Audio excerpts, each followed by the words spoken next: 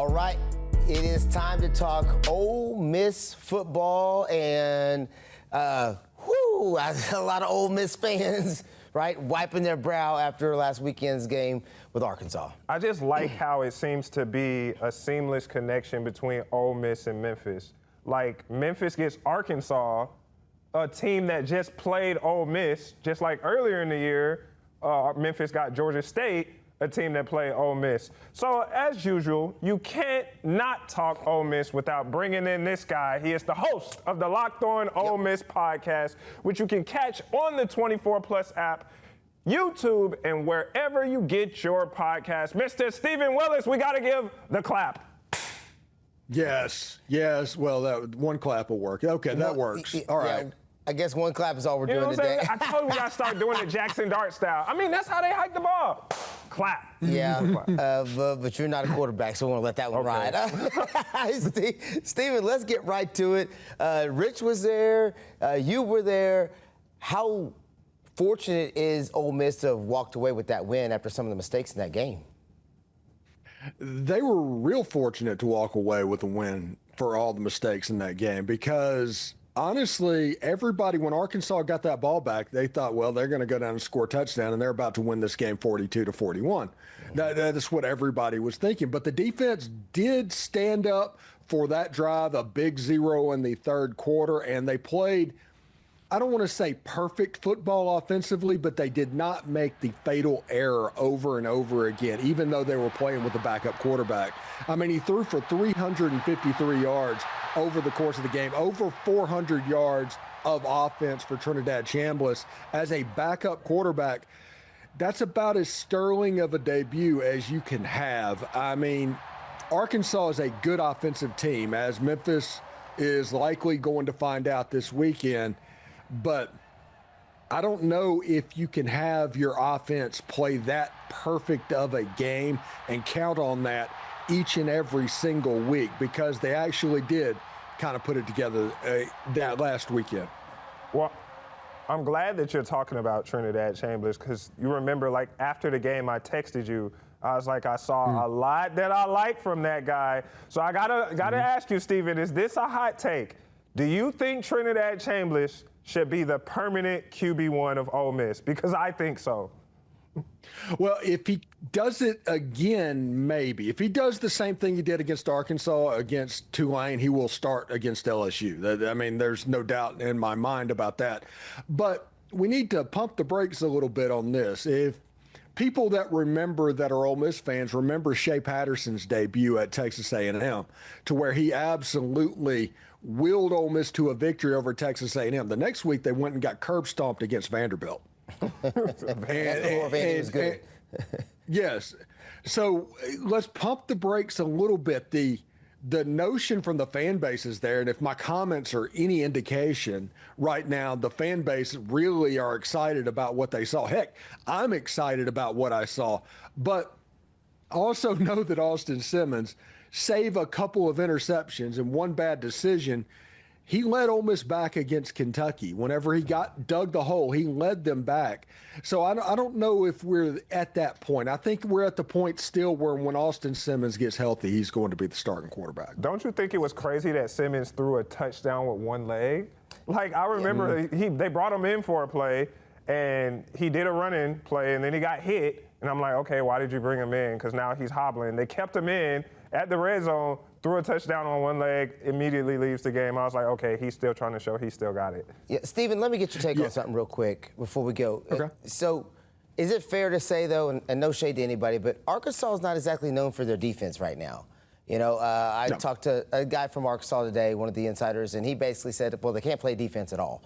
And so, which you find sometimes with high-powered offenses, so much time, energy, and money is spent on the offensive side that maybe not as much effort on that defensive side.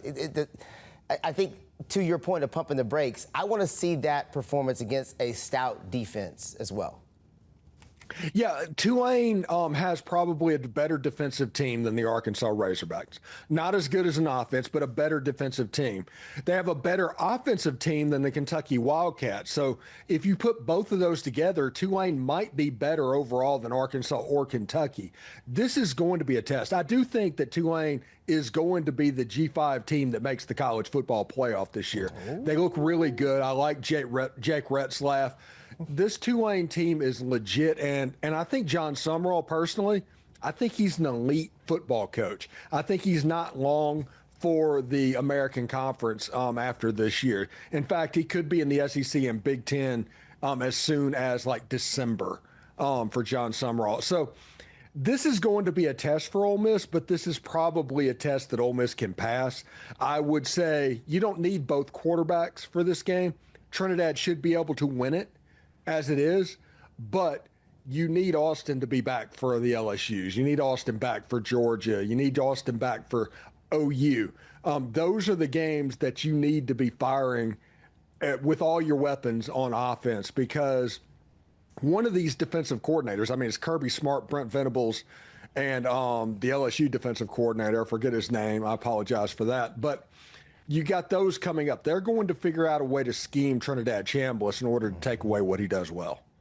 And you need to be able to have more than one bullet in your gun. Now, maybe, just maybe, Trinidad has everything. He can answer all the questions, but we just haven't seen that.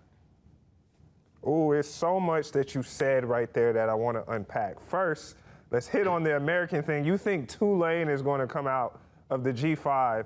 I know a lot of Memphis fans ain't gonna like that sentiment, especially Ryan Silverfield, because you know they hate Tulane. So I don't know about that one, Stephen. And I'm trying to take the bias out. I promise you I am. But like from what I've seen right now, I like Memphis as the G5 team. But hey, well, I could be wrong. You know what I'm saying? So that's going to be a heck of a game. I'll leave that one there. The second thing that you said, I do want to admit it. Like, I do think Ole Miss will get the victory. But like you said, Ole Miss's defense has not really been showing up lately. They've been surrendering a lot of points, probably more than they want to. And they get into these lockdown, rock fight games. Eventually, it's going to go wrong for them. I think what's been the advantage so far is the home crowd. But Tulane is a team that wants to prove that they're battle tested. So, especially, we talked about it with Memphis last week. Do you think playing, I guess, in quote-unquote, a lesser opponent, that this could potentially be a trap game for Ole Miss, knowing that their biggest game of the season at home is coming next week against LSU? Yeah, potentially. This could be a trap game. Now, the good news is you have Tulane that has 2 Power 4 scalps already. They've already taken down Northwestern and Duke, and there's a chance that neither one of those teams are very good, but that is on their resume.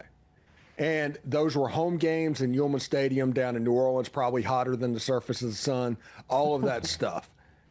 So I'm not sure if Tulane is up to the level to where they can genuinely threaten Ole Miss. I know that they're at the level that USF and Memphis and all those guys in the upper crust of the American Conference better watch out for.